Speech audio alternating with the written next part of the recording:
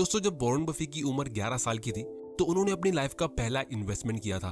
उन्होंने अपनी लाइफ का पहला स्टॉक खरीदा था जिसका नाम था सिटी सर्विस कॉर्प। इस कंपनी का एक शेयर $38 में सेल हो रहा था, तो उन्होंने $114 से 3 शेयर्स खरीदे, जो उस टाइम पे उनकी पूरी सेविंग्स थी।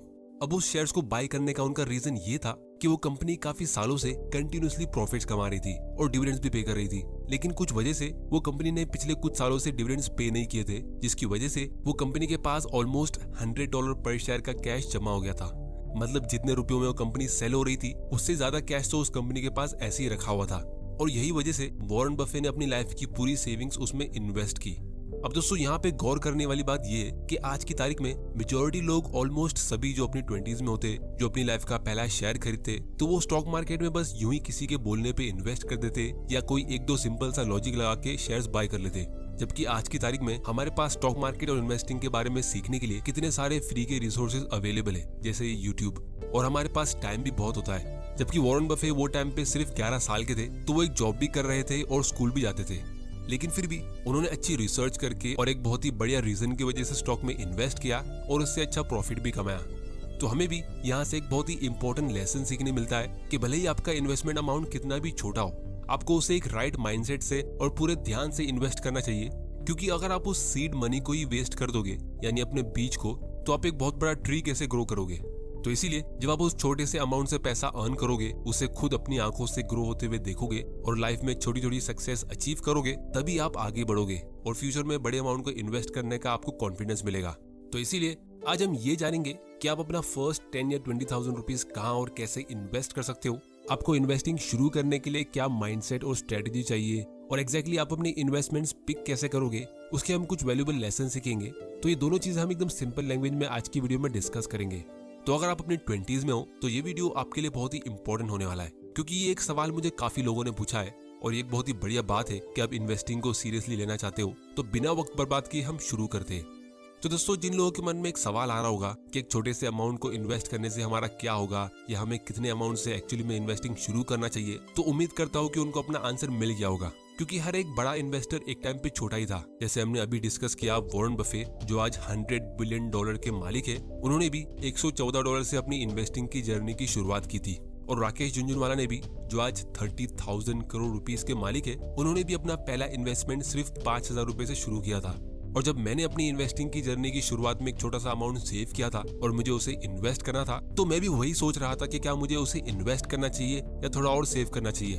और तब मैंने एक बुक रीड की थी जिसमें ऑथर कहते हैं कि मिडिल क्लास लोगों का माइंडसेट कुछ ऐसा होता है कि जब हमारे पास ज्यादा पैसा आएगा तब हम इन्वेस्टिंग करेंगे, लेकिन रिच लोगों का माइंडसेट ऐसा होता है कि जब हम छोटे अमाउंट को इन्वेस्ट करेंगे तभी हमारे पास ज्यादा पैसा आएगा।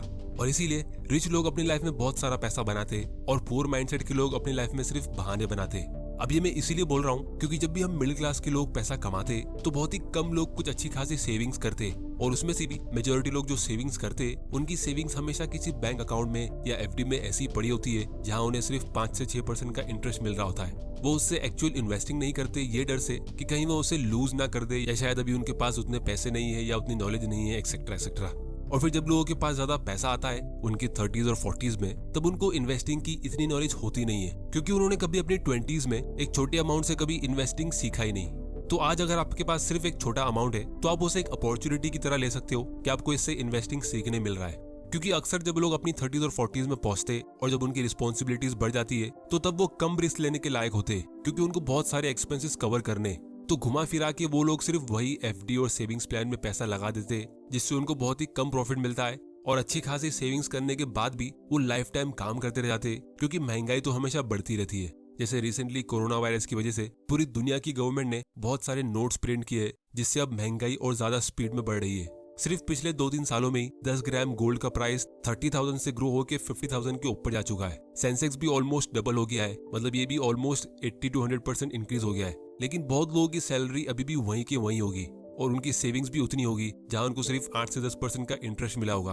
तो अगर आपके बैंक अकाउंट में एक छोटा सा अमाउंट भी है, जैसे 10,000 रुपीज, जिसकी आपको जरूरत नहीं है, तो आपको उसे फौरन काम पे लगा देना चाहिए, ताकि वो भी और ज्यादा मेहनत करता रहे। और सबसे इम्पोर्टेंट, आप फाइनेंशियल फ्रीडम की जर्नी की शुरुआत कर लोगे।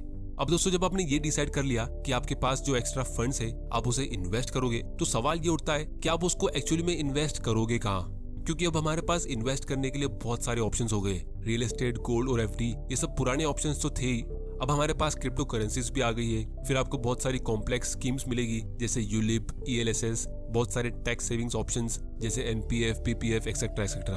और अगर हम स्टॉक मार्केट की बात करें तो इस स्टॉक मार्केट में ही आपको अलग अलग तरह की एडवाइस मिलेगी। कोई आपको कहेगा कि आपको ग्रोथ स्टॉक में इन्वेस्ट करना चाहिए, कोई कहेगा आईपीओज में, कोई कहेगा आपको ब्लू चिप और बड़ी कंपनीज में पैसा इन्वेस्ट करना चाहिए, लेकिन फिर कोई कहेगा अरे ब्लू चिप कंपनीज तो बहुत ज्यादा ओवर वैल्यूड है, तो आप म्यूचुअल फंड में पैसा लगा दो। फिर कुछ लोग कहेंगे कि अरे म्यूचुअल फंड में तो वही बड़ी कंपनीज होती है, तो आखिर हम इन्वेस्ट करें कहाँ? तो दोस्तों इसका मैं आप लोगों को एक बहुत ही सिंपल आंसर देता हूँ। रियल एस्टेट में आप इन्वेस्ट नहीं कर सकते क्योंकि उसमें एक बड़ा अमाउंट चाहिए होता है, और लोन लेके प्रॉपर्टी खरीदना मैं किसी को भी रेकमेंड नहीं करता हूँ क्योंकि उसका एक बहुत ही बड़ा नेगेटिव इफेक्ट होता है जब आप कंपाउंडिंग के खिलाफ जाते हो। इसको हम एक सेपरेट वीडियो में डिटेल में डिस्कस करेंगे। फिर जहाँ बात आती है गोल्ड की, तो गोल्ड का लॉन्ग टर्म रिटर्न इतना खास नहीं होता है। गोल्ड आपकी वेल्थ को सिर्फ इन्फ्लेशन से बचाता है, उसे ग्रो नहीं करता है। और जितनी भी पॉलिसीज होती है जैसे यूलिप, गारंटीड इनकम प्लान या पीपीएफ, ये सब में आपको हमेशा 10% या उसके आसपास का ही रिटर्न मिलेगा, लेकिन स्टॉक मार्केट से आपको 10% से अच्छा रिटर्न काफी आसानी से मिल सकता है, और हर एक एक्स्ट्रा परसेंटेज पॉइंट पे आपकी वेल्थ लॉन्ग टर्म में बहुत ज्यादा स्पीड में ग्रो होगी। जैसे अगर आप किसी स्टॉक से 10% का रिटर्न कमाते हो तो आपका 1 लाख रुपया 20 साल में 6.7 लाख रुपीस में ग्रो होता है, और अगर आपको 15% का रिटर्न मिलता है तो आपका इन्वेस्टमेंट 16 लाख में ग्रो होता है। लेकिन अगर आप किसी स्टॉक से 20% का रिटर्न कमाते हो तो वही 1 लाख रुपया 20 साल में 38 लाख में ग्रो होता है।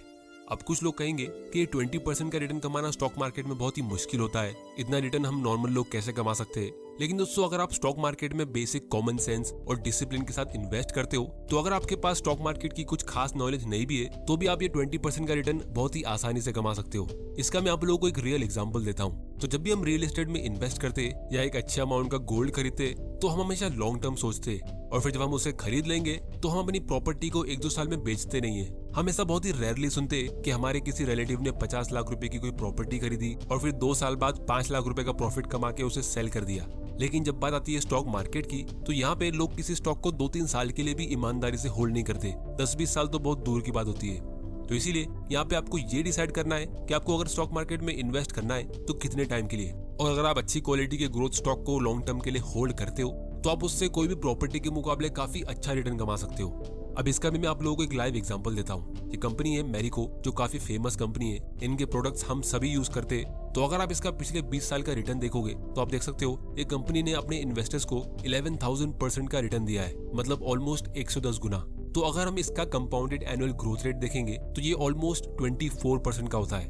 थोड़ी देर में मैं आप लोगों को कुछ टिप्स देने वाला हूँ कि आपको कैसे टाइप के स्टॉक्स पिक करने चाहिए। तो इसीलिए स्टॉक मार्केट में इन्वेस्ट करने का सबसे बड़ा बेनिफिट ये है कि यहाँ पे आप एक छोटे अमाउंट से भी इन्वेस्टिंग शुरू कर सकते हो और उस पे आप एक अच्छा रिटर्न भी कमा सकते हो जो दूसरे इन्वेस्टमेंट्स में पॉसिबल नहीं है। तो इसीलिए आपको अपनी 20s और 30s में भले ही आपके पास एक छोटा अमाउंट भी क्यों ना हो, जैसे 5 या 10,000 रुपीज, उसे आपको अच्छी क्वालिटी के ग्रोथ स्टॉक या म्यूचुअल फंड में इन्वेस्ट करना चाहिए, क्योंकि आपके पास टाइम होता है कंपाउंडिंग के पावर को यूज करने के लिए। और फिर अपना टाइम आपको अपने करियर में यानी जॉब और बिजनेस में इन्वेस्ट करना चाहिए ताकि आप ज्यादा से ज्यादा एक्टिव इनकम अर्न कर सको।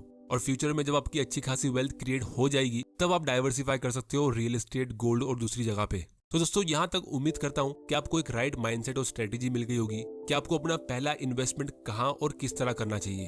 अब हम ये समझते हैं कि आपको कौन से टाइप के स्टॉक्स पे फोकस करना चाहिए, और मैं आप लोगों को कुछ टिप्स देता हूँ जिसे आप अगर फॉलो करोगे तो आप अपना लाखों का फायदा कर सकते हो। तो अब हम ये समझते हैं कि आपको स्टॉक्स में कैसे इन्वेस्ट करना चाहिए। तो उसके लिए हम टिकर टिप पे आते हैं, जो एक स्टॉक स्क्रीनर है। यहाँ से आपको इंडिया की ऑलमोस्ट सारी स्टॉक्स की डिटेल्स मिल जाएगी एक ही जगह पे। इसकी लिंक नीचे डिस्क्रिप्शन में, आप वहां जाके इसे चेक कर सकते हो। और अगर आपको स्टॉक्स खरीदने के लिए एक इन्वेस्टमेंट अकाउंट ओपन करना है तो उसकी लिंक भी आपको नीचे डिस्क्रिप्शन में मिल जाएगी।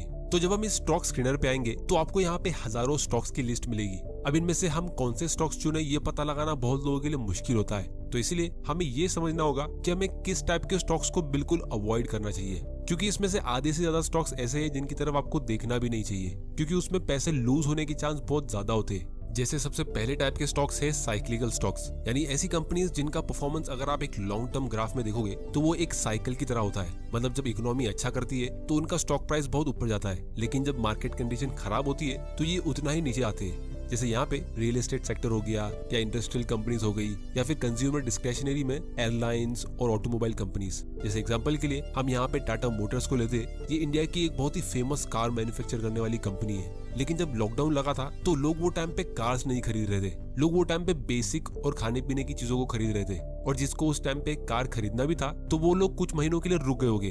तो इसीलिए अगर आप सिर्फ इसका शेयर का प्राइस देखोगे तो आपको एक बहुत ही सिंपल सा पैटर्न दिखेगा।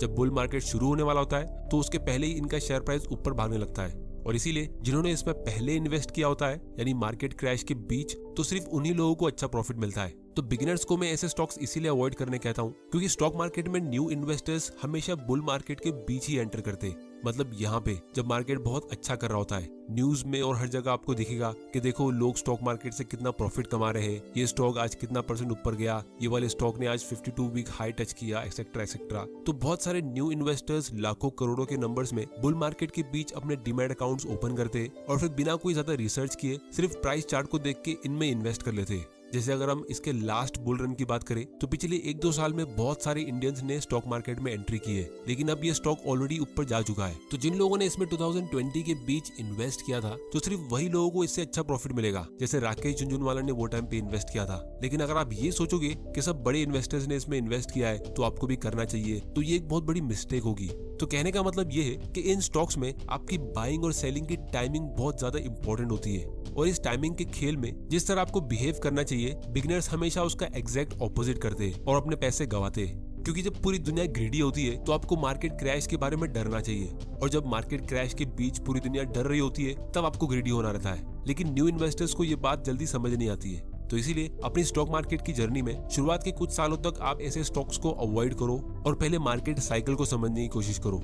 फिर दूसरे टाइप के स्टॉक है जिनको आपको अवॉइड करना चाहिए, वो है ऐसी कंपनीज जिनमें कोई ग्रोथ का स्कोप होता ही नहीं है, जैसे communication service, advertising, publishing, radio और टीवी चैनल्स। ये सब इंडस्ट्रीज डिक्लाइन हो रही है क्योंकि अब एंटरटेनमेंट को कंज्यूम करने का तरीका हमारा बदल चुका है। या फिर ये एनर्जी सेक्टर की कंपनीज, क्योंकि लोग आजकल ग्रीन एनर्जी पे फोकस कर रहे हैं। तो एग्जांपल के लिए अगर हम ONGC की बात करें तो बहुत लोग ऐसी कंपनीज में डिविडेंड्स के लिए इन्वेस्ट करते हैं, या फिर ये अच्छे वैल्यूएशन पे मिलती है इसीलिए इन्वेस्ट करते हैं। लेकिन ये एक वैल्यू स्टॉक नहीं है, ये एक वैल्यू ट्रैप है। ऐसे स्टॉक्स हमेशा चीप वैल्यूएशन पे ही सेल होते रहते हैं और टाइम के साथ ये और ज्यादा सस्ते होते रहेंगे क्योंकि इनका कोई फ्यूचर ही नहीं है। फिर तीसरी टाइप की कंपनीज जिनको आपको अवॉइड करना चाहिए वो है पेनी स्टॉक्स, मतलब जिनके स्टॉक्स एकदम चीप प्राइस पे सेल होते हैं, जैसे 5 या 10 रुपया पर शेयर या फिर उससे भी कम। पेनी स्टॉक्स के ऊपर मैंने एक डिटेल वीडियो ऑलरेडी बनाया है जिसकी लिंक आपको यहाँ और डिस्क्रिप्शन में मिल जाएगी। लेकिन इस वीडियो में मैं ये रिपीट इसीलिए कर रहा हूँ क्योंकि मेजोरिटी बिगिनर्स जिनके पास 5-10 हजार रुपए होते हैं तो वो हमेशा किसी पेनी स्टॉक से ही अपनी स्टॉक मार्केट की जर्नी की शुरुआत करते हैं। जैसे एग्जांपल के लिए यहाँ पे हम स्टॉक प्राइस पे 1 रुपीज to 10 रुपीज एंटर करते और फिर रैंडमली ये कंपनी पिक कर लेते। तो अगर आप ऐसी कोई कंपनी में 10,000 रुपए इन्वेस्ट करते हो तो आपको इनके 1000 स्टॉक्स मिल जाएंगे। लेकिन अगर आप किसी भी पेनी स्टॉक का लॉन्ग टर्म चार्ट देखोगे तो आपको वो हमेशा कुछ ऐसा ही दिखेगा, क्योंकि ये ऐसी कंपनीज होती है जो किसी बड़ी प्रॉब्लम में फंसी है, जैसे इनका बिजनेस ही शायद पूरी तरह फेल हो गया है या फिर ये फ्रॉड और बैंक्रप्सी की तरफ जा रही है, तो इनकी ग्रोथ के चांसेस बहुत ही कम होते हैं। और अगर हम इनका होल्डिंग पैटर्न देखेंगे कि किस टाइप के लोगों ने इसमें इन्वेस्ट किया है तो आपको हमेशा सिर्फ प्रमोटर्स और रिटेल इन्वेस्टर्स यानी हम जैसे मिडिल क्लास के लोग ही मिलेंगे। प्रमोटर्स इसीलिए क्योंकि इन्हीं लोगों ने कंपनी को स्टार्ट किया होता है, तो शुरुआत में पूरी कंपनी इन्हीं की होती है। लेकिन बाकी सारे म्यूचुअल फंड मैनेजर्स, FIIs और DIIs पहली फुर्सत में ऐसे स्टॉक्स को सेल कर देते हैं और उनके बदले बिगिनर इन्वेस्टर्स ऐसे शेयर्स को बाय करते हैं लॉटरी टिकट समझ के। और इसीलिए आप लोगों ने हमेशा देखा होगा कि न्यू इन्वेस्टर्स हमेशा पैसा लूज करते हैं, क्योंकि पेनी स्टॉक्स चीप नहीं होते, ये सबसे ज्यादा एक्सपेंसिव होते हैं क्योंकि ये आपसे आपका पूरा कैपिटल लूज करवा सकते हैं। तो इसीलिए अब हम बात करते हैं कि आपको कौन सी टाइप की कंपनीज में इन्वेस्ट करना चाहिए।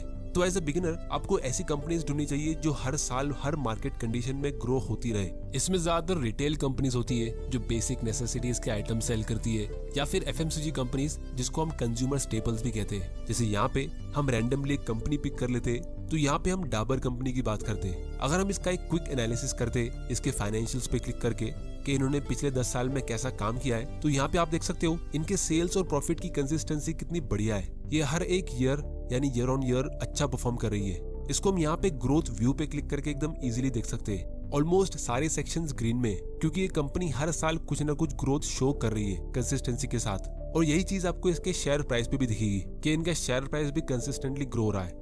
लेकिन अगर आप कोई दूसरी कंपनी लेते हो, जैसे एक साइक्लिकल स्टॉक यानी इस 4 व्हीलर की कैटेगरी में से मारुति सुजुकी की हम बात करते और इसके फाइनेंशियल स्टेटमेंट को देखते, तो 2013 से लेकर 17 तक सब ग्रीन था, मतलब सेल्स और प्रॉफिट्स बढ़ रहे थे। लेकिन उसके 3-4 साल बाद सब रेड में रहा और यही चीज आपको इसके शेयर प्राइस पे भी देखने मिलेगी। पिछले 4 साल से इसका शेयर प्राइस ऊपर ही नहीं गया है। तो इसीलिए ऐसे स्टॉक्स में आपको 3 बार राइट होना पड़ता है। सबसे पहले आपको कौन सी कंपनी पिक करनी है, फिर दूसरा कौन से टाइम पे बाय करना है और तीसरा उसे कब सेल करना है। ये तीनों चीजों में आपको राइट होना ही पड़ेगा, तब जाके आपको प्रॉफिट मिलेगा। और ये चीज बहुत ज्यादा डिफिकल्ट होती है। अगर आप एक बार प्रॉफिट कमा भी लोगे तो शायद आप बार बार प्रॉफिट नहीं कमा पाओगे। इसीलिए लोगों को स्टॉक मार्केट बहुत रिस्की लगता है। तो इसीलिए एज ए बिगनर आप ऐसी कंपनी पिक करो जो कंसिस्टेंटली अपनी वेल्थ को कंपाउंड कर रही है। जैसे अगर हम पिडिलाइट कंपनी की बात करें तो आपको इसका स्टॉक प्राइस भी एकदम कंसिस्टेंटली ग्रो होते हुए दिखेगा, क्योंकि इनका सेल्स और प्रॉफिट बिल्कुल वैसा ही कंसिस्टेंटली इंक्रीज हो रहा है, जिसकी वजह से इसकी इंट्रिंसिक वैल्यू बढ़ती जा रही है। तो ऐसी कंपनीज में आपकी एंट्री की टाइमिंग इतनी ज्यादा जरूरी नहीं होगी। अगर आप बुल मार्केट के टाइम भी इनमें इन्वेस्ट करते हो और थोड़ा सा ओवर पे करते हो, मतलब जैसे ही आपको मंथली सैलरी मिलती है तो आप कुछ हजार रुपया सिस्टमेटिकली इनमें लॉन्ग टर्म के लिए इन्वेस्ट करते रहते हो, तो बहुत ज्यादा चांसेस है कि आप लॉन्ग टर्म में प्रॉफिट कमाओगे ही और अच्छा खासा प्रॉफिट कमा लोगे। क्योंकि यहाँ पे आपको 3 चीजों में राइट होने की जरूरत नहीं होगी कि आपको कौन सा स्टॉक बाय करना है, उसे कब बाय करना है और फिर उसे कब सेल करना है। आपको बस अच्छी कंपनी ढूंढनी है और उसमें हर महीने थोड़ा बहुत इन्वेस्टमेंट करते रहना है, जिससे लॉन्ग टर्म में आपके पास अच्छी खासी वेल्थ होगी। और बाकी टाइम आप कंपनीज को थोड़ा और डिटेल में एनालाइज करने में लगा सकते हो या अपनी नॉलेज को इम्प्रूव करने में। तो इसीलिए फाइनली मैं सिर्फ इतना ही कहूंगा कि स्टॉक के प्राइस को रोज देखने से आपको कुछ मिलेगा नहीं, आपका बस टाइम वेस्ट होगा और आप डिस्ट्रैक्ट रहोगे।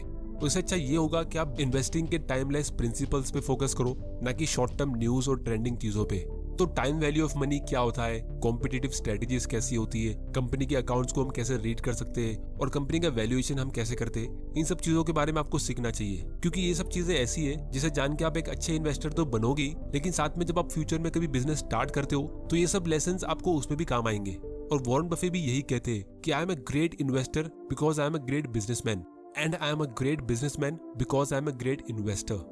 क्योंकि हर इन्वेस्टर को एक अच्छे बिजनेस की तलाश होती है और हर बिजनेसमैन का उसके बिजनेस से मेन फोकस यही होता है कि वो कैसे उससे वेल्थ क्रिएट करे। क्योंकि सिर्फ अच्छे स्टॉक्स का नाम जान लेना काफी नहीं होता है। बहुत सारे लोगों को अच्छी कंपनीज के नाम ऑलरेडी पता होंगे, बहुत सारी हाई क्वालिटी कंपनीज के गुड्स और सर्विसेज आप ऑलरेडी यूज कर रहे होगे और शायद पिछले 10-20 सालों से यूज कर रहे हो, जितने टाइम में उन कंपनीज ने अपने इन्वेस्टर्स के लिए काफी ज्यादा वेल्थ क्रिएट कर दी है। सबसे इंपॉर्टेंट ये होता है कि आप स्टॉक्स के अप्स एंड डाउन्स में कैसे रिएक्ट करते हो। तो इसीलिए आप अपने इमोशंस को ट्रेन करो और पेशेंस को प्रैक्टिस करो और साथ में आप अपनी खुद की पर्सनल लेवल पे इंट्रिंसिक वैल्यू को ग्रो करो, मतलब अपनी नॉलेज इंक्रीज करते रहो, जिससे आपकी खुद की इनकम भी बढ़ेगी आपकी वेल्थ के साथ। तो उसके लिए इस चैनल को सब्सक्राइब जरूर कर लेना, क्योंकि आपके लिए ऐसे वैल्यूएबल और मोटिवेशनल वीडियोस में लाता रहूंगा। और बेल आइकन को प्रेस कर देना ताकि आपसे कोई ऐसे वीडियोस मिस ना हो जाए। तो दोस्तों आज की वीडियो में इतना ही। उम्मीद करता हूँ कि आपको इससे कुछ ना कुछ सीखने जरूर मिला होगा। आप लोग मुझे नीचे कमेंट करके बताओ कि आपने अपना पहला इन्वेस्टमेंट कहाँ और कितने अमाउंट का किया था और कितने अमाउंट के पोर्टफोलियो के साथ आप रिटायर होना चाहते हो। टिकट टिप्स स्टॉक को एनालाइज करने की लिंक नीचे डिस्क्रिप्शन में और फ्री में इन्वेस्टमेंट अकाउंट ओपन करने की लिंक भी नीचे डिस्क्रिप्शन में। वीडियो पसंद आया तो इसे लाइक करो, नहीं पसंद आया तो डिसलाइक करो। आपका वैल्यूएबल टाइम देने के लिए thank you and good bye.